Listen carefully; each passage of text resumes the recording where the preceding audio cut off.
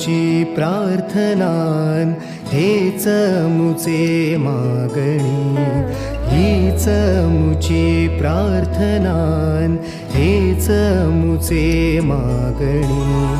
माणसाने माणसाशी माणसासम वागणे,